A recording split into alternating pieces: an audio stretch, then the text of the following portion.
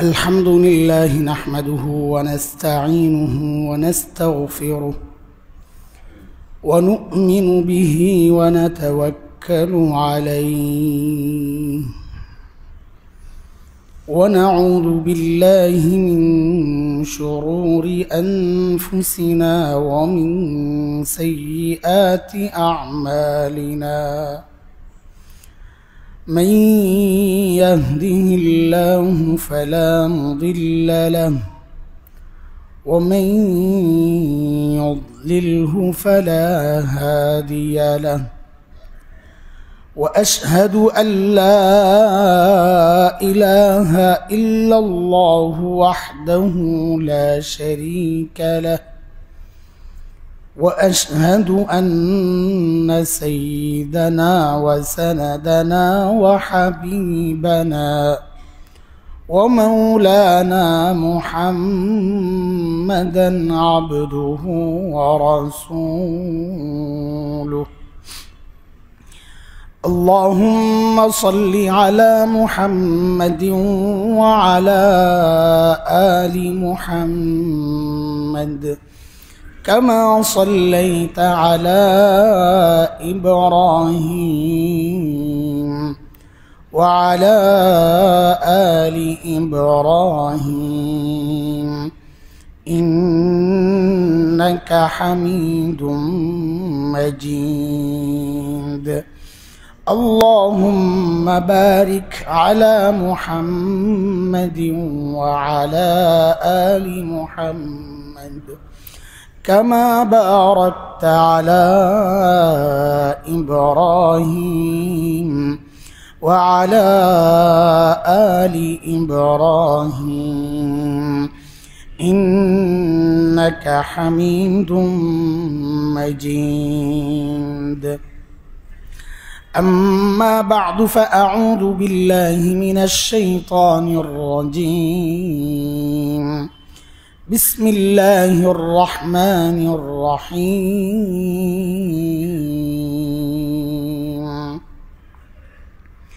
والعصر إن الإنسان لفي خسر إلا الذين آمنوا وعملوا الصالحات وتواصوا بالحق وتواصوا بالصبر وعن علي رضي الله تعالى عنه أنه قال رسول الله صلى الله عليه وسلم إذا كانت ليلة النصف من شعبان فقوموا ليلها وصوموا نهارها فإن الله ينزل فيها لغروب الشمس إلى السماء الدنيا يقول ألا من مستغفر فأغفر له ألا مسترزق فأرزقه ألا مبتلا فأعافيه ألا كذا حتى يطلع الفجر أو كما قال عليه الصلاة والسلام صدق الله العلي العظيم وبلغنا رسوله النبي الكريم ونحن على ذلك لمن الشاهدين والشاكرين والحمد لله رب العالمين محترم মুসল্লিয়ান ইকরাম গত জুমায় আমরা সূরাতুল আসর আপনাদের সামনে পেশ করেছিলাম একটা দুইটা আয়াতের কিছু কথাও হয়েছে আল্লাহ সুবহানাহু ওয়া তাআলা আমার আপনার হায়াতের কসম খেয়ে কিছু কথা বলছেন তার মানে আমাদের জীবনটা আল্লাহর কাছে আমাদের জন্য অনেক বড় দামি আল্লাহ দামি বানিয়েছেন আর আল্লাহ যে জিনিসের মূল্য আল্লাহ দেন যে জিনিসকে আল্লাহ মূল্যবান বানিয়েছেন আল্লাহ বিভিন্ন জায়গায় সেই বিষয়ের কসম খেয়েছেন তো আল্লাহ তাআলা আমাদের হায়াতের কসম খেয়ে বলছেন যে নিশ্চয়ই মানুষ ক্ষতিগ্রস্ত হবে ক্ষতিগ্রস্ত না ঠিক ক্ষতির মধ্যে পড়ে যাবে ইন্নাল ইনসান লাফি খুসর একটা হচ্ছে ময়লা, আপনি রাস্তায় চলছিলেন, পায়ের মধ্যে হঠাৎ ময়লা লেগে গেছে। আরেকটা হচ্ছে ময়লার একদম গর্তের মধ্যে আপনি পড়ে গেছেন। দুইটার মধ্যে যেমন বেশ কম, আল্লাহ বলার মধ্যে এরকমই বলেছেন, ইন্নাল ইনসানা লাফি খুসর, ক্ষতির ভেতরে পড়ে গেছে বান্দা, পড়ে যাবে। যদি না সে 4টা কর্মসূচি দিয়েছেন আল্লাহ তাআলা, যে এই কর্মসূচি অনুযায়ী যদি না চলে তো নিঃসন্দেহে সে ক্ষতির মধ্যে পড়ে যাবে। সেই 4 কর্মসূচির এক হচ্ছে নেক আমল, আমল লাগবে। তারও 1-2 জুমা আগে থেকে আমরা আলোচনা করছিলাম একটা বিষয়ে, হাসরের মাঠের বান্দার আমল মাপার দিক থেকে বান্দার শ্রেণী হবে 4টা। এর মধ্যে একটা শ্রেণী ছিল এমন, যাদের আমল মাপা হবে তাদের 2টা, যাদের আমল মাপা হবে না ওই রকম শ্রেণী 2টা। 2 শ্রেণীর আমল মাপা হবে না। এক শ্রেণী যাদের নেকির পাল্লায় নেকি আছে, গুনার পাল্লা খালি, তাদের আমল মাপা হবে না। আরেক শ্রেণী যাদের গুনার পাল্লায় গুনাহ আছে, নেকির পাল্লা খালি, তাদের আমলও মাপা হবে না। নেক আমলওয়ালা বিনা হিসাবে জান্নাত, আর গুনাহওয়ালা বিনা হিসাবে জাহান্নাম। 2 শ্রেণী থেকে যাবে যাদের আমল মাপা হবে, যাদের নেকির পাল্লায় নেকি যেমন আছে, গুনার পাল্লায় গুনাহও আছে। ওই 2 শ্রেণী, 2 দিকে তাদের গন্তব্য। এটা হচ্ছে নিয়মের কথা, ব্যতিক্রম আল্লাহ করতে পারেন। তার মধ্যে এক শ্রেণী হচ্ছে যাদের নেকির পাল্লা ভারী, তারা জান্নাতে যাবে। তো এই জন্যে আমল দিয়ে নেকির পাল্লা ভারী করা এটা অবশ্যই জরুরি। কেউ না করলে সে ক্ষতিগ্রস্ত হবে। আর এই ক্ষতি দেখেন, দিন না মানলে আমরা মনে করি শুধু আমার আখিরাত বরবাদ হয়, তা না। এটা কেউ স্বীকার করুক বা না করুক, এটাই বাস্তবতা যে দিন মানবে না তার দুনিয়াও বরবাদ হয়। এটা কোরআনের কথা। আল্লাহ বলেছেন, ওয়ামান আ'রাদা আন যিকরি ফাইন্না লাহু মাঈশাতান দানকা। যে দিন বিমুখ হয়, আল্লাহর কথা ভুলে যায় বা এড়ায়া চলে, আল্লাহ বলেন আমি তার জীবনকে দুর্বিষহ করে দিই। যারা দিন মানে না, তাদের কলিজায় শান্তি নাই। খবর নিয়ে দেখেন, যে মানুষটা দিন মানে, তার আর্থিক সচ্ছলতা না থাকলেও তার ঘরের যে শান্তি, তার মানসিক যে প্রশান্তি সে অনুভব করে, একজন 1000 কোটি টাকার মালিক সেই প্রশান্তিটা অনুভব করে না।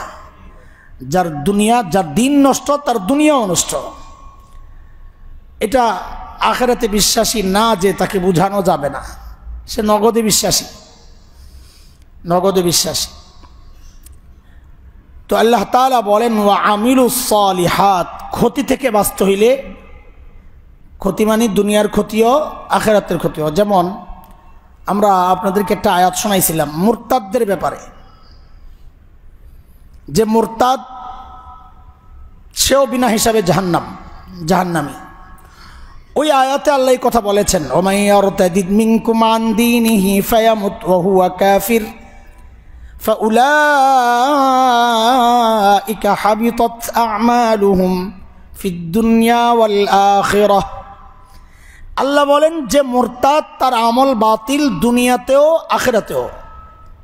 আল্লাহরই কথা, দুনিয়াও আমল বাতিল, আখিরাতেও আমল বাতিল। দুনিয়া আমল বাতিল মানে নেক আমলের একটা প্রভাব আছে, আল্লাহর রহমত তার উপর আসে, সে ওই প্রভাব, ওই নেক আমলের ওই প্রভাব থেকে সে বঞ্চিত, আল্লাহর রহমত থেকে বঞ্চিত, শয়তানের সঙ্গী হয়ে যায়।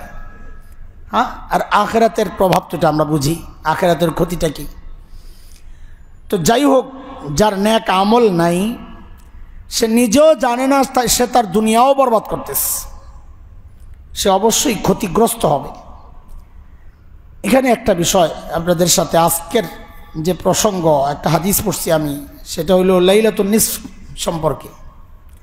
লাইলাতুন নিসফ মিন শাবান, শাবানের মধ্য রজনী, আজকের রাত। স্বাভাবিকভাবে আপনারা আশা করতেছেন যে আজকে শবে বরাত নিয়ে আলোচনা হবে। ঘুরে ফিরে তো ওখানে যাওয়াই লাগবে মানে যাব। এটাও সঙ্গত কারণেই, যেন আমাদের আমলগুলো সলিড হয়। আল্লাহ তো বলছেন আমল না থাকলে বান্দা ক্ষতিগ্রস্ত হবে, কিন্তু আমাদের জন্য দুর্ভাগ্য আমরা আমল করেও ক্ষতিগ্রস্ত হচ্ছি। এইটা যেন না হয়, এই জন্য কিছু কথা বলা তো লাগবে। আমি কি কথাটা বুঝাইতে পারছি? একটু সূক্ষ্ম কথা। আল্লাহ বলেছেন বান্দা আমল না করলে ক্ষতিগ্রস্ত হবে, কিন্তু আমাদের জন্য দুর্ভাগ্য আমরা আমল করেও কি হচ্ছি? ক্ষতিগ্রস্ত হচ্ছি। কেন? কারণ আমাদের আমলগুলো হচ্ছে মন মতো আমল মানি বুঝেন, মন মতো আমলের মানি বুঝেন। মন মতো আমলের মানি হচ্ছে এই আমলটা আসলে আমার জন্য উপকারী ছিল, এটা আল্লাহ বুঝেন নাই, তা আমারে আল্লাহ বলেন নাই। এই আমলটা আমার জন্য জরুরি ছিল, নবী বুঝেন নাই সাল্লাল্লাহু আলাইহি ওয়াসাল্লাম, নবী বুঝেন নাই, তাই নবী করেনও নাই, বলেনও নাই। আমি কত বড় ব্যক্তি, সুবহানাল্লাহ। আমি এক একটা মন মতো আমল করা মানি আমি নিজেকে নবীর চেয়েও শ্রেষ্ঠ ভাবছি একরকম। শয়তান কত ভয়ঙ্কর ফাঁদে ফেলেছে আমাদেরকে। আর এই মন মতো আমল একটা গুনাহ, আর এটা এমন গুনাহ যে গুনার থেকে তওবা হয় না। খুব খেয়াল করেন, মন মতো আমল এটা এমন গুনাহ যে গুনাহ থেকে তওবা হয় না। কেন? কারণ সে তো জানে সে নেক করতেছে, সে তো গুনাহ করে নাই, গুনাহ করলে না তওবা করবে। তার ধারণা অনুযায়ী সে তো বহুত দিনই অনেক কাজ করে ফেলছে, জান্নাত এখন তার জন্য অপেক্ষা করতেছে, তো সে তওবা কেন করবে? আপনি বলেন। এটা এক ভয়ঙ্কর ফাঁদ শয়তানের। আমরা এই বিষয়ে অনেক আলোচনা করেছি আগে লম্বা, যে গুনাহ করা অবশ্যই অপরাধ, কিন্তু গুনাহকে গুনাহ মনে না করা গুনাহ করার চেয়েও বড় অপরাধ। কেন? কারণ গুনাহ করছি এই বোধ যদি থাকে, তওবার একটা রাস্তা খোলা থাকে, সম্ভাবনা। আর গুনাহকে গুনাহ মনে না করলে আমি তওবার রাস্তাটাও বন্ধ করে দিলাম, কারণ আমি তওবা কেন করব? আমি তো গুনাহই করি নাই। বেদাত এই কারণেই এক ভয়ঙ্কর গুনাহ।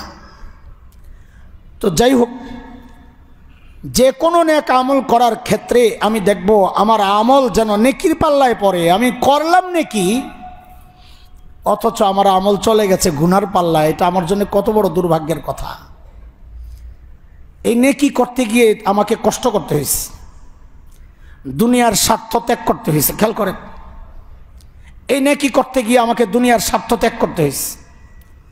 এখন আমি যদি আখিরাত না পাই, বরং উল্টা হিতে বিপরীত যদি হয়, তাহলে তো আমার দুনিয়াও গেল, আখিরাতও গেল। অথচ নেকি যদি সলিড হইতো, তা দুনিয়ার স্বার্থ ত্যাগ করলেও আল্লাহ আমাকে অন্য দিক দিয়ে দিয়ে দিতেন। সাদাকা সাদাকা যদি ঠিকঠাক মতো হয়, তো বাহ্যিকভাবে মনে হচ্ছে আমি দুনিয়ার স্বার্থ ত্যাগ করছি, আমার পকেট থেকে 1 টাকা গেছে। কিন্তু সেটা যদি সঠিক হয়, তো আল্লাহর ওয়াদা, আল্লাহ তো দুনিয়াতেই কমপক্ষে 10 গুণ দিয়ে দিবেন। আখিরাতের হিসাব তো আলাদা। আখিরাতে আল্লাহ শুধু বাড়াইতেই থাকবেন, যত আগে দিবেন তত বাড়বে। বুড়াকালে দিবেন, এই 10 বছর যা বাড়তো তা কমছে। কথা বুঝাইতে পারছি নাকি? আল্লাহ তো বাড়াইতে থাকবেন সাদাকা। তা আপনার বয়স এখন 30, আল্লাহ কবুল করুন 100 বছরে মারা গেলে, তাহলে 30 বছরে যদি সদকা দেন, এই 70 বছর আপনার এই সদকা খালি বাড়তে থাকবে। আর যদি ওই 100 বছরে বুড়া হইয়া দেন, তো বাড়লো কখন? এই জন্যে যা দেওয়ার জুয়ানকালে দিয়ে দেন, আল্লাহ বাড়াইতে থাকুক। কিন্তু সেটা যদি একটু নষ্ট হয়, বলে নষ্ট কেমনে হয়? তো আল্লাহ এক কোরআনের এক জায়গায় বলেছেন, ইয়া আইয়ুহাল্লাযীনা আমানু লা তুবতিলু সাদাকাতিকুম বিল মান্নি ওয়াল আযা কাল্লাযী ইউনফিকু মালাহু রিআআন নাস। ও ঈমানদারেরা, তোমরা তোমাদের সাদাকাকে বাতিল করো না। বলে সাদাকা বাতিল কিভাবে হয়? বিল মান ওয়াল আযা, খোটা দেওয়ার কারণে। সাদকা দিয়ে আবার কষ্ট দেওয়ার কারণে। কষ্ট কেমনে দেয়? মানুষের কাছে প্রকাশ করে, অমুকরে দিছি, তোমার ছেলের দিছি, আপনার জামাই আসছিল কিছু দিয়ে দিছি, আয় আল্লাহ ওই জামাই শেষ, আপনার জামাইকে আমি এটা দান করছি, জামাই শেষ। আল্লাহ তাআলা বলেন এই জাতীয় অবস্থান এটা রিয়ার মতো, লোক দেখানো সাদাকা যেমন গুনাহ, সাদাকা বাতিল।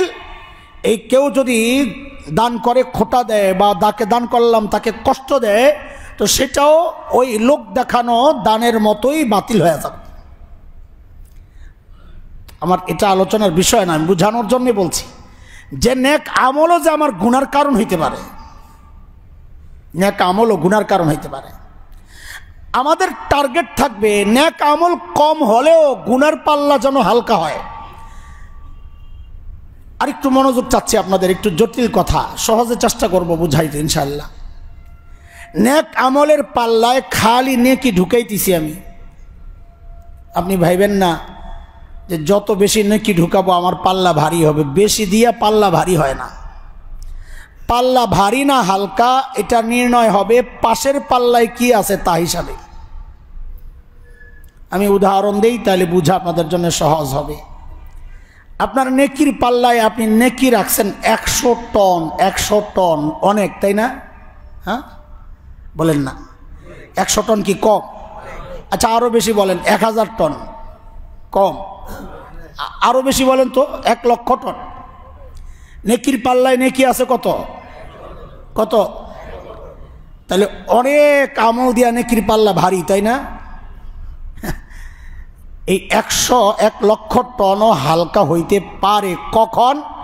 যখন গুনার পাল্লায় আছে 1,01,000 টন।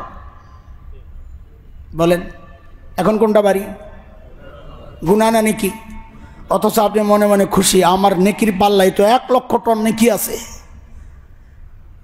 আরে ভাই বেশি সমস্যা না, আপনার লাভও হবে না।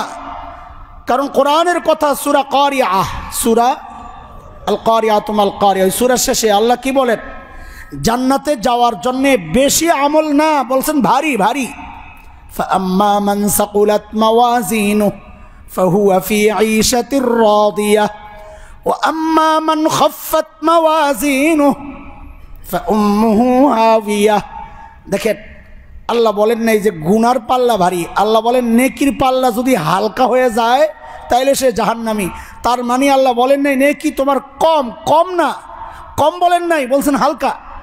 খেয়াল করেন আল্লাহর শব্দটা দেখেন ব্যবহার। আল্লাহ বলতেছেন নেকির পাল্লা যদি কম হয়, বলেছেন কি বলেছেন? তার মানে বেশি হইলেও হালকা হইতে পারে। বেশি হইলেও কখন?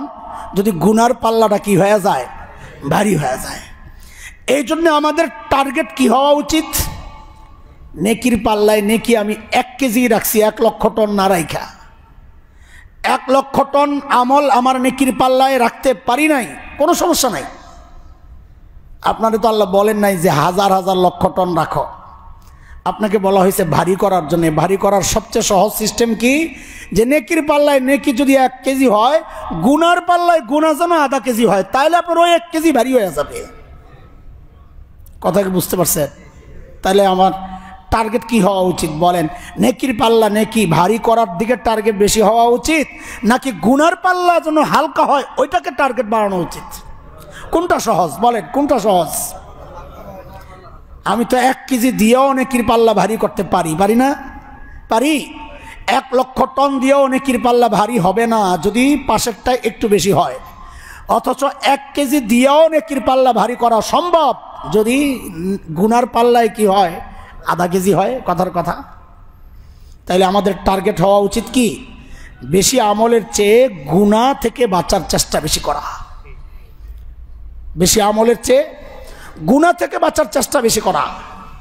এই জন্যই তো বড়রা বলেন কেউ আল্লাহওয়ালা বেশি আমল করা হয় না, আল্লাহওয়ালা হয় গুনাহ থেকে বেঁচে থেকে। আল্লাহওয়ালা হয় গুনাহ থেকে যে বাঁচে সেই আল্লাহওয়ালা। আপনি আল্লাহওয়ালা খোঁজেন তাহাজ্জুদ গুজার, সারা রাত জিকির করে, দুনিয়ার সাথে কোনো সম্পর্ক নাই, না না, বেশি আমলের নাম আল্লাহওয়ালা না। আপনি দেখেন এই লোক গুনাহ করে কিনা, এই লোক গুনাহ করে কিনা। যদি গুনাহ করে তার যত আমলেই থাকুক না কেন, যদি গুনাহ করে ওই আমলের কোনো মূল্য নাই।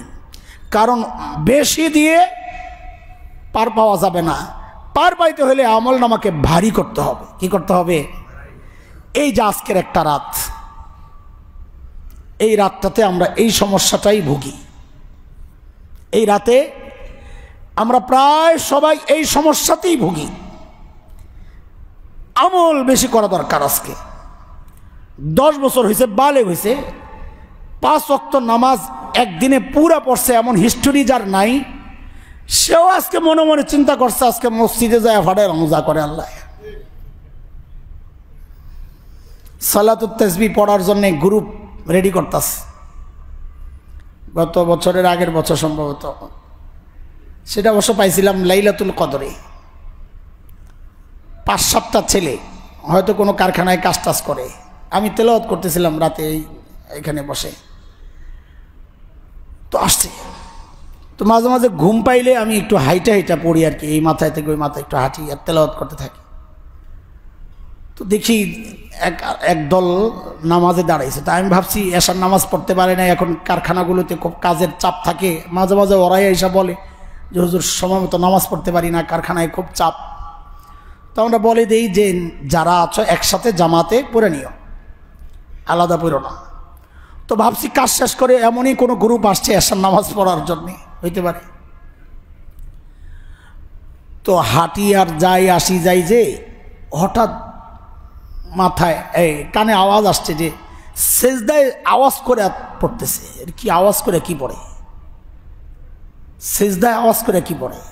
লম্বা করতে পারে, অনেক দোয়া পড়তে পারে, কিন্তু সেজদায় আওয়াজ করে পড়ার মতো কোনো আমল তো নাই। কি পড়ে? এই মুফতি সাহেব কোত্থেকে পরে কাছে এসে শুনতেছি তাসবিহ পড়ে। তাসবিহ যে পড়তেছে, আল্লাহ আগে চলে যায়, সুবহান পরে যায়, এমনভাবে পড়ে কোনটা আগে ধরার কোনো সিস্টেম নাই। আল্লাহ আগে না সুবহান আগে ধরার কোনো সিস্টেম নাই। আমি তো দাঁড়ায় কি বলবো ওদেরকে, যে নামাজ ছাড়তে বলবো না কি বলবো, কিছুই তো বুঝতেছি না। দাঁড়ায় কতবার আফসোস করতেছি, আহারে আমল বাড়াইতেছে। তো বুঝলাম যে আজকে লাইলাতুল কদর মনে করে সালাতুত তাসবিহ পড়তেছে জামাতে। ভাই, আবেগের নাম দিন না, মাথায় রাখেন বিষয়গুলো। আবেগের নাম দিন না, বলেন আবেগের নাম দিন। আল্লাহ আল্লাহ রসুল থেকে যা আসছে ওইটা। আমার আবেগে আমার মন চাইলো আমি করলাম, আবার দলিল দিবে, সমস্যা কি? এটা হলো সবচেয়ে বড় দলিল। কি সমস্যা? কি গুনাহ করছি? সমস্যাকে সমস্যা মনে না করা, এটাই তো বড় সমস্যা। তুমি দিন নিজে বানাইতেছ, তুমি কি নবী নাকি মিয়া? তোমাকে কে অধিকার দিল দিন বানানোর জন্যে? মন মতো আমি চাইলেই করলাম। সালাতুত তাসবিহ আদৌ কোনো নামাজ আছে কিনা এটা নিয়েই তো কথা আছে, আমি ওই বিতর্কে যাব না। কিন্তু জামাতে যে পড়বে না এটা তো নিশ্চিত। নফল ফরজ নামাজ ছাড়া যে কোনো নামাজ জামাতে পড়তে হইলে দেখতে হবে নবী পড়েছেন কিনা। বৃষ্টির নামাজ নবী জামাতে পড়েছেন, বাস ওইটা প্রমাণিত। তারাবির নামাজ জামাত হইছে, সাহাবায়ে কেরাম করেছেন, প্রমাণিত। রমজানে বিতির জামাত হইছে, প্রমাণিত। নবী আলাইহিস সালাম জামাতে পড়েছেন, সাহাবীরা করেছেন, এমন নামাজ এটা প্রমাণিত, এটা শরিয়াত। কিন্তু আমি সওয়াব অনেক অনেক সওয়াবের আশায় আমি নিজে নিজে জামাত করব কোন নামাজের, এটার নাম শরিয়ত না, এটার নাম দলালাহ, এটা গোমরাহি, এটা ভ্রষ্টতা, এটা বেদাত। আজকে অনেকে নিয়ত করে রাখছেন সালাতুত তাসবিহ পড়বেন। আপনি কি পড়বেন এটা আপনার বিষয়, আমাদেরটা একটু শুনেন। আমি তো পড়ব না।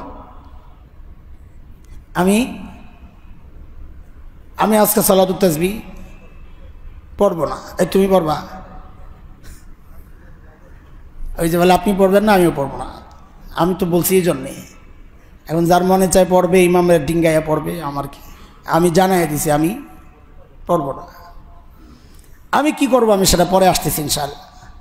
আপনি কি করবেন, কি করেছেন অতীতে, সেটা আগে একটু পর্যালোচনা হোক। আজকের যে আমল সম্পর্কে হাদিসগুলো মাথায় খুব ভালো করে ঢুকান বিষয়গুলো ভাই, আল্লাহর রাস্তে। আজকের যে আমলগুলো আছে হাদিসে, যেমন শুরুতে আমি একটা হাদিস পড়েছি, হযরতে আলী কাররামাল্লাহু ওয়াজহা বর্ণনাকারী,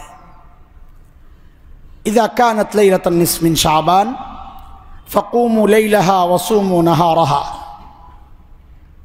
যে যখন নিসফে শাবান হয়, আজকের যে রাতটা, তখন তোমরা রাতে নামাজ পড়ো, দিনে রোজা রাখো। তাহলে আজকের আমল কি? রাতে নামাজ পড়া, ইবাদত করা, নামাজ বলে ইবাদত করা, দিনে, কালকের দিনে। কিন্তু খুব মনোযোগ এই কথা, কিন্তু এই হাদিস কিন্তু দুর্বল। আপনাদের কাছে লুকোচুরি করার কিছু নাই আমাদের। এই হাদিস কি? এই হাদিস দুর্বল। তবে দুর্বল মানে আমরা বলি দাইফ। দাইফ আর বানানো হাদিস মওদু এক জিনিস না।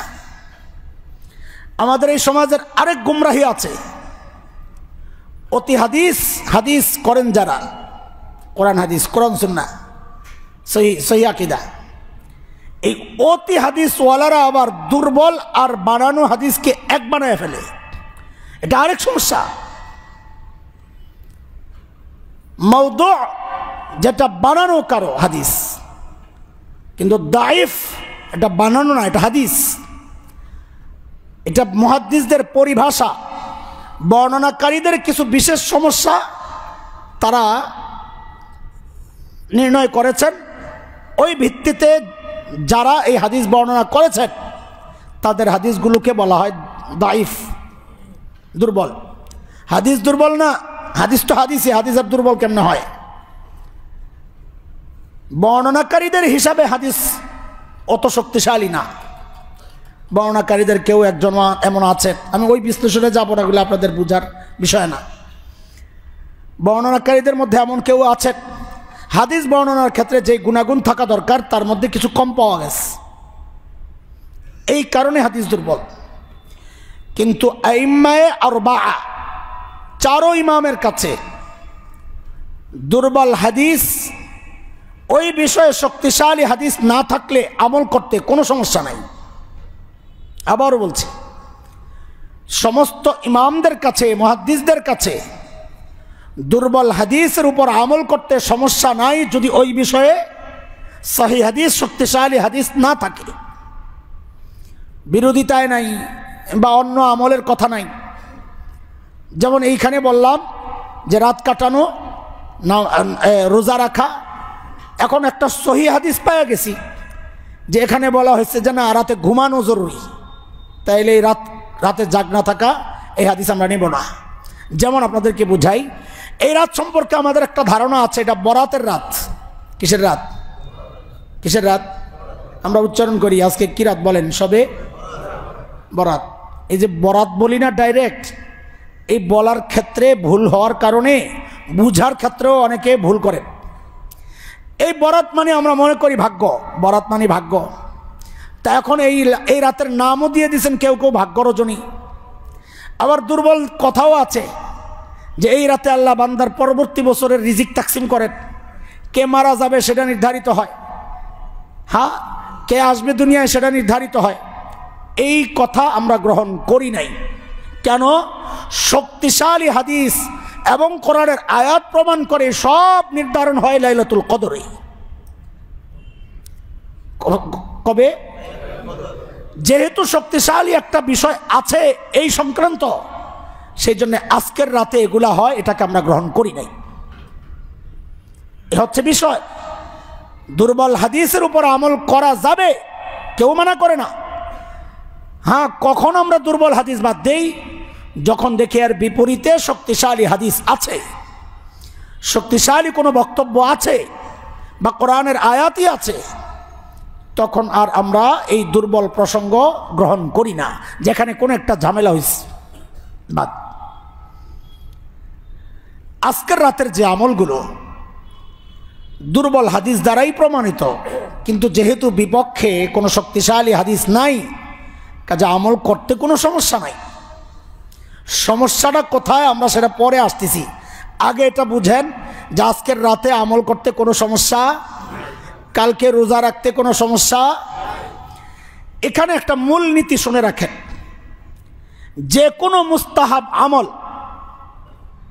সুন্নাহ আর কি, সুন্নাহ যেগুলো জরুরি না, মুআক্কাদা না, যে কোনো মুস্তাহাব, মিসওয়াক এটা কি সুন্নাহ মুস্তাহাব, কিন্তু সুন্নতে মুআক্কাদা না, না করলে কেউ গুনাহগার হবে না।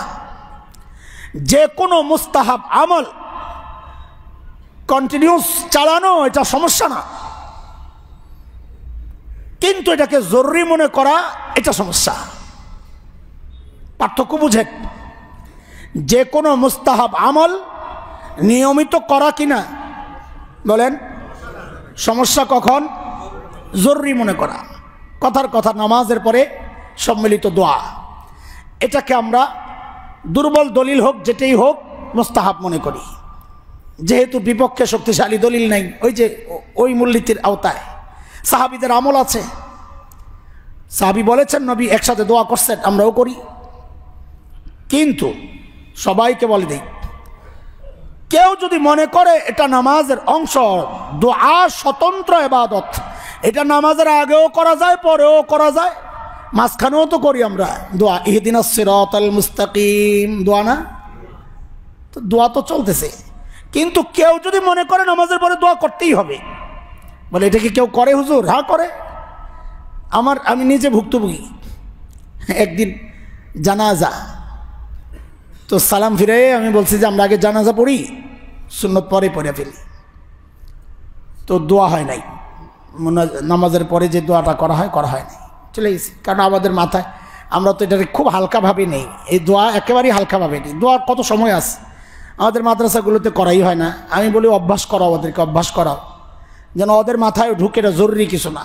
এখানে ফেতনা হবে তাই আমরা চালায়া যাচ্ছি, কিন্তু আপনাদেরকে জানাই, কখনো যদি ছাইড়া দেই জুমার পরে, তো এটা নিয়ে হাউকাউ করার কিচ্ছু নাই, যে নামাজ শেষ, মাহফিল শেষ, ওদের দোয়া করেন না। আরে ভাই দোয়া ঠিক আছে, এটা আলাদা ইবাদত। মাহফিল শেষ করার একটা দোয়া আছে, সুবহানাকাল্লাহুম্মা বিহামদিক, ওইটা আগে পড়ি, যে মাহফিল শেষ। এখন দোয়া করলে করেন, না করলে অনেক বলে ভাই বসেন দোয়া, দোয়ার জন্য ডাকেন কেন? তার মানে আপনি জরুরি মনে করতেছেন, এটা সমস্যা। তো জানাজায় চলে গেছে, এক বুড়া এসে আমাকে বলতেছে, হুজুর আজকে দোয়া করলেন না যে? বুড়া মানে এমন খেপসা আমার। তাই আমি বললাম, বাজান দোয়া কি জরুরি? তো আমার কি বললো জানেন, আপনাদের মতো হুজুরদের জন্য আজকে দেশের এই অবস্থা। আমি বলি কথা ঠিক, আমাদের মতো হুজুরদের জন্য আজকে দেশের এই অবস্থা, যে আপনারা এখনো দিন মানতেছেন, আলহামদুলিল্লাহ, আল্লাহ শুকর।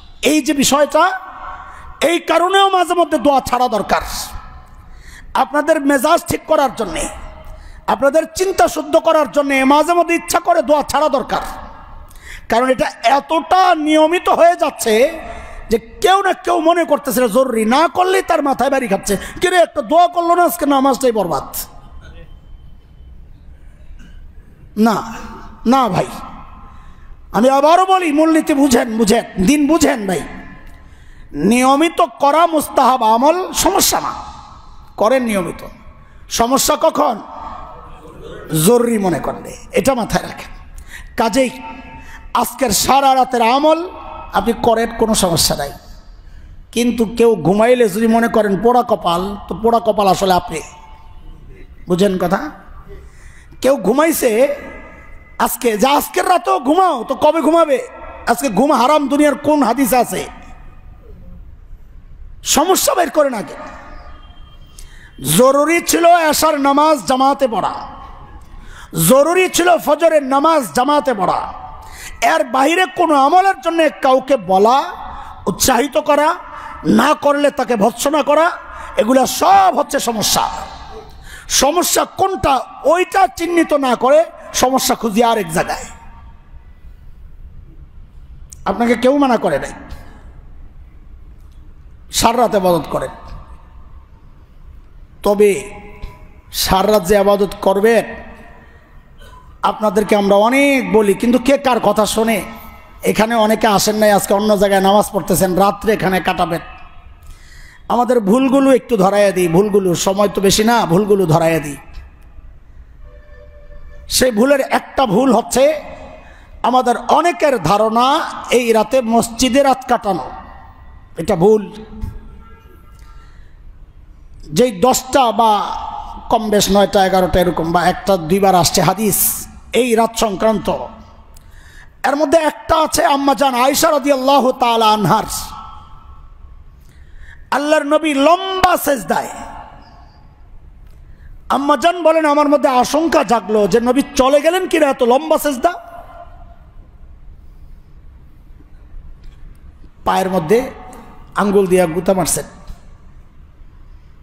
নবী আলাইহিস সালাম নামাজ শেষে বলছেন, আয়েশা কি মনে করছো, কোথাও গেছি, চলে গেছি না, আসি তো। স্বামী স্ত্রীর কিছু আলাপ হয়েছে, একান্ত কথাবার্তা। ওই রাতটা ছিল লাইলাতুল বারাআহ বা 15 শাবান, নিসফে শাবান, লাইলাতুল নিসফিন শাবান। নবী রাতের হাদিস শোনাইছেন, ফজিলতের কথা শোনাইছেন, আল্লাহ বিপুল সংখ্যার ইমানদারকে এই রাতে মাফ করবেন। কিন্তু আপনাদের কাছে আমার জিজ্ঞাসা, হাদিসে কি আছে ওইটা পরে, আমল কি আছে আমি ওইটা পরে আসতেছি। নবী আলাইহিস সালাম নামাজে ছিলেন কোথায়, মসজিদে না বাসায়? এই ঝামেলা তো এই জায়গায়। হাদিস তো দুর্বল, এমনি দুর্বল, আমি আগেই বলতেছি। দুর্বল হাদিসটারও আরো যদি লবণ মাখেন, মরিচ মাখেন, তো হাদিসের অবস্থা কি হয় বলেন? এমনি হাদিস দুর্বল, ওটার আমি আবার মন করে নিজে কিছু ঢুকাইতেছি, তারা এই হাদিস হাদিস কই থাকে। নবী ছিলেন বাসায়, মসজিদে নবী খালি, পুরা মসজিদ খালি। তা আমরা কই পেলাম যে আমাদেরকে রাত্রে এসে মসজিদে কাটাইতে হবে? এক ভুল, আবার আরেক ভুল আছে। আমাদের খাস মানুষ, নাম বললে বেচারা লজ্জা পাবে, 8-10 বছর আগের গল্প, হয়তো উনিও ভুলে গেছেন, আল্লাহ ভুলাই দেন, নাইলে আমি মাঝে মাঝে বলবো, উনি কষ্ট পাবেন। আমাকে ক্রস করতেছে রাতে, আমি যখন মসজিদে আসতেছি, ছেলের হাত ধরে খুব তাড়াহুড়া, ভাই কই যান? ভাবে বুঝতেছি আমাদের এই মসজিদে ঢুকবে না, এই মসজিদে ঢুকলে এত তাড়াহুড়া করতো না। ভাই আজকে একটু নিয়ত করছি ইয়াতে যাব। কোথায়? মসজিদ গাউসুল আজমে। কোথায়? গাউসুল আজম। সুবহানাল্লাহ। কেন রে ভাই, গাউসুল আজমে গেলে আপনার 1 রাকাত 2 রাকাতের সওয়াব হবে এমন কোনো হাদিস আছে নাকি? হ্যাঁ, আপনারা কি মনে হয় আছে? 3 মসজিদ ছাড়া কেউ যদি মনে করে আমার সওয়াব বেশি হবে, হ্যাঁ, অন্য এক হাদিস দ্বারা সেটা মসজিদে কুবাও যুক্ত হয়েছে। 4 মসজিদ একসাথে, 3 মসজিদ। লা তুশাদ্দুর রিহাল ইল্লা ইলা সালাসাতি মাসাজিদ। 3 মসজিদ ছাড়া সওয়াবের আশায় কোনো মসজিদকে উদ্দেশ্য করে যাওয়াই তো নিষেধ। কি পাইছেন আপনারা? 3 মসজিদ ছাড়া সওয়াবের আশায় কোনো মসজিদের উদ্দেশ্যে সফর করাই নিষেধ। মসজিদে হারাম, মসজিদে নববী, মসজিদে আকসা, এই 3 মসজিদ। অন্য হাদিস দ্বারা প্রমাণিত, কেউ ঘর থেকে ওযু করে মসজিদে কুবায় যায়া 2 রাকাত নফল নামাজ পড়লে আল্লাহ তাকে একটা মকবুল হজের ওমরার সওয়াব দিয়ে দেন। ওই হাদিসের কারণে মসজিদে কুবারও ফজিলতের কথা আসছে হাদিস। ওই উদ্দেশ্য মসজিদে কুবা সফর করা যায়, যেহেতু হাদিস আছে। এছাড়া দুনিয়ার যত বড়, যত দামি আর নামি মসজিদ হোক, সওয়াবের আশায় মসজিদের উদ্দেশ্যে বের হওয়া মানে আপনি সরাসরি হাদিসের লঙ্ঘন করতেছেন। আল্লাহ নবী নিষেধ করছেন যাবা না, আপনি বলেন যাবো, আমার সওয়াব হবে। এর নাম দিন। আমাদের ভুলগুলো দেখেন। ব্যাপক সংখ্যায় আজকে একটা শ্রেণী যাবে কবরস্থানে, যান, কোনো মানা নাই, কিন্তু আজকে কেন যেতে হবে? কবরস্থানে তো বারবার যাওয়ার কথা। আকসিরু যিকরা হাযিমিল লাজ্জাত আল মাউত।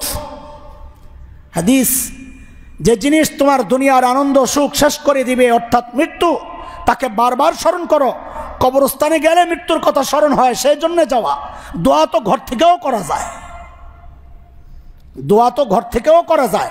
এই জন্যে কবরস্থানে যাই আমরা কি বলি?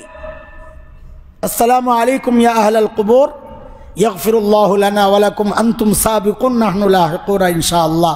আল্লাহ আপনারে মাফ করেন, আপনি আগে গেছেন, আমরা আসতেছি। এই কথাটা বলার জন্য গুরুস্থানে যাই। তার মানে কি? আসল উদ্দেশ্য মৃত্যুর কথা স্মরণ করা, যে আমরা আসতেছি, আমরা আসতেছি। তো আজকে কেন যেতে হবে? আর এই সুযোগে দুনিয়ার সমস্ত ভিক্ষুক আজকে গুরুস্থানে, আজকে সানরাইজ ভিক্ষুকদের সানরাইজ বুঝেন আপনারা? বুঝবেন না। এই কাপড় ব্যবসায়ী, জুতা ব্যবসায়ী, যারা এই কাপড় চোপড়ের সাথে, পোশাক আশাকের সাথে যাদের ব্যবসা, ওনারা জানেন যে চাঁদরাতের কি মর্ম। সারা বছরের মধ্যে সবচেয়ে লাইলাতুল কদর এটা ব্যবসায়ী ব্যবসায়ীদের জন্য চাঁদরাত হলো দুনিয়ার লাইলাতুল কদর, সারা বছরের যা আছে এই দিক। তো ফকিরদের চাঁদরাত হলো শবে বরাত। সব হায় আল্লাহ, আমার একটা প্রোগ্রাম হয় শবে বরাতে, সবসময় ওরা এই রাতে করে, এটা বার্ষিক মাহফিলটা এই রাতে করে, এই শবে বরাত উপলক্ষে না। আমাদের মসজিদেও বার্ষিক মাহফিল হয় এই রাতে, এসার পরে হবে। শবে বরাত উপলক্ষে বলার দরকার নাই, বার্ষিক মাহফিল এটা করে। ওখানে যাই গুলিস্তানে, যাওয়ার সময় আমাকে হাইকোর্ট পার হইতে হয়, বাইতুল মুকাররম পার হইতে হয়। সুবহানাল্লাহ, যাইতে আর আসতে রাত শেষ। কি যে তামাশা চলে, মাইকিং করে ভিক্ষা করতেছে, মাইক লাইন ধরে মাইক চলতেছে। কেউ মাদ্রাসার জন্যে, কিসের আজাইরা মাদ্রাসা, কোনো ভালো মাদ্রাসাওয়ালারা এইভাবে মানুষের কাছে ভিক্ষা চাইবে আমরা জানি না।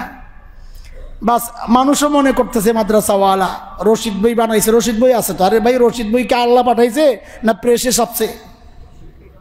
তো এটাই কেন প্রমাণ হবে যে সে মাদ্রাসাওয়ালা?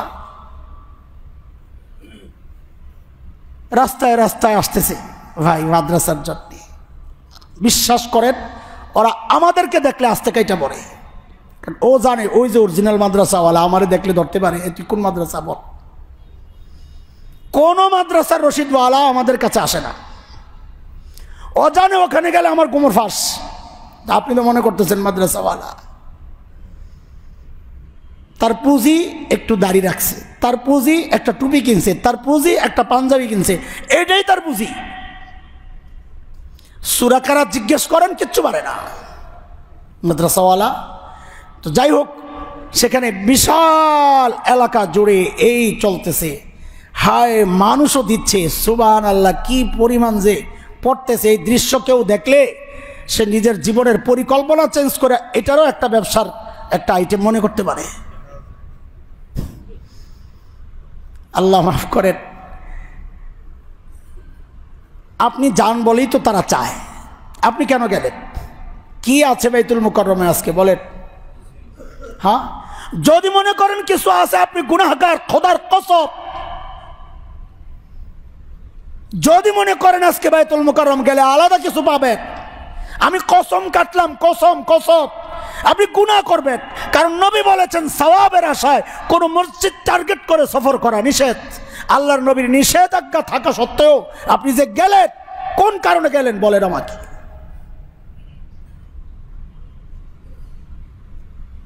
ভাবতেছেন অনেক কিছু করতেছেন। শুরুতে যে হেডলাইন বাড়াইছি যে আমার ইবাদত যেন আমার গুনার পাল্লা ভারী না করে, কেমনে করে যে শুনাইতেছি।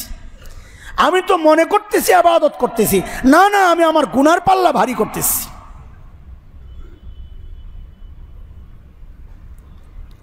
আপনারা তাও তো মসজিদে আসা যাওয়ার মধ্যে আছেন। আরেকটা শ্রেণীরে শয়তান লাগাইয়া দিছে হালুয়া রুটির মধ্যে। আমাদের মা বোনরা কয়দিন থেকে যে রেসিপি তালাশ করতেছে, এই শবে-বরাতের নতুন রেসিপি কি হইতে পারে। বাজারের ডাইলের দাম বেড়ে যায়, কত রকমের ডাইল, হালুয়া। আরে সবচেয়ে বেশি লস হয়েছে আমার এগুলা বলার দ্বারা। গোপনে গোপনে বানান আপনারা, আমি জানি, কিন্তু আগে বাসায় পাঠাইতো, এখন আর পাঠায় না, ডরে। তাও ভালো, আপনার ভিতরে যে একটা ডর ঢুকছে তাও ভালো, আমার খাওয়ার দরকার নাই। আস্তাগফিরুল্লাহ আল আযীম। অনেকে বলবে, আচ্ছা রুটি, হালুয়া রুটি গরিবকে খাওয়ানো কি গুনার কাজ? কে বলছে গুনার কাজ? আপনি শরীয়তের মূলনীতি জানেন না। যেই আমলের জন্য টাইম নির্ধারিত না, যেই আমলের জন্য তরিকা পদ্ধতি নির্ধারিত না, ওই আমলের জন্য কোনো টাইম নির্ধারণ করা, কোনো পদ্ধতি নির্ধারণ করা, এটাও বেদাত। হালুয়া রুটি খাওয়ানো গুনাহ না, কিন্তু তার জন্য এই রাতকে নির্ধারণ করা, এটা আপনি কই পাইলেন? শরীয়তের মূলনীতি আগে বুঝেন, মন মতো করলেই হইল। কেন গতকাল খাওয়াইলেন না? একটা কথা আপনাদেরকে দায়িত্ব নিয়ে বলছি, কেউ যদি মনে করেন যে আপনার সংশয় লাগবে, আপনি পরে আমার সাথে যোগাযোগ করবেন। রমাজানের প্রত্যেকটা দিন, প্রত্যেকটা রাত শবে বরাতের আজকের এই রাতের চেয়ে অনেক বেশি দামি। আমি দায়িত্ব নিয়ে বলছি আপনাদেরকে, রমাজানের প্রত্যেকটা রাত আজকের এই রাতের চেয়ে অনেক বেশি দামি। সারা রাত রমাজানে ইবাদতের নজির আছে, কিন্তু আজকের রাতের সারা রাত ইবাদতের কোনো নজির নাই। কোথায় আছি আপনার? রমাজানের প্রত্যেকটা নফল ফরজের সওয়াব হয়ে যায়। কিনছি মাটি পকেটে নিয়ে বাড়িতে যায় খুলে দেখি সোনা, এটা রমাজানের বরকত। করছি নফল, আমল নামায় উঠায় দিছেন আল্লাহ সোনা। ফরজ রমাজানের প্রত্যেকটা নফলের ব্যাপারে শরীয়তের কথা এটা। আজকের ব্যাপারে এমন কোনো কথা আছে হাদিসে? যাই আছে তাও তো দুর্বল। রমাজানের হাদিস তো দুর্বল না। আসি কোথায় বলেন আপনারা? কতজন পাওয়া যাবে রমাজানের প্রত্যেকটা নামাজ জামাতের সাথে পড়ছে? কতজন পাওয়া যাবে রমাজানের সারা রাত তিলাওয়াত তাসবিতে কাটাইছেন? অথচ এটা ছিল শরীয়ত সম্মত, ওটা ছিল আরো দামি। আমল করি, কিন্তু আমার আমল যেন গুনার পাল্লা ভারী না করে। আল্লাহর হস্তে আমাদের কথাটা বুঝার চেষ্টা করেন। আমার আমল যেন গুনার পাল্লা ভারী না করে।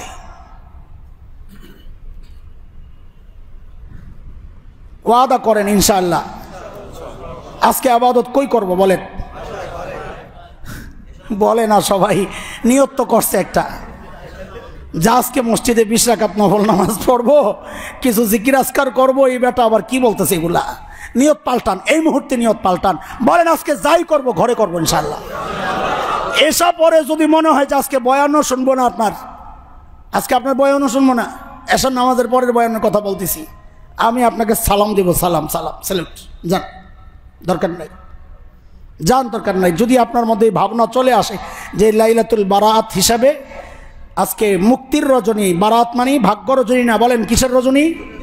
মুক্তির। বারাআহ, জাহান্নাম থেকে মুক্তি দিবেন আল্লাহ তাআলা অনেককে। একটা হাদিস আসছে, হ্যাঁ, সব ইমাম বিল বাইহাকি, ওই হাদিস 4554 নম্বর হাদিস। আল্লাহর নবী সাল্লাল্লাহু আলাইহি সাল্লাম বলেছেন যে আমার কাছে জিবরাইল আসছে। আতানি জিবরিল, জিবরাইল এসে কি বলতেছে? ইন্না হাযিহিল লাইলা লাইলাতুন নিসফিন শাবান ওয়ালিল্লাহি ওয়াতাকাউ ফিহা মিনান নার। আজকের এই রাত নিসফে শাবান, এই রাতে আল্লাহ বহু সংখ্যায় মানুষকে মাফ করবেন। সেই সংখ্যা কত? বলে বিআদাদি শুউরি গানামি কালব। কালব গোত্রের বকরির যে পশম আছে, এই পশম পরিমাণ মানুষকে, ইমানদারকে আল্লাহ এই রাতে মাফ করে দিবেন।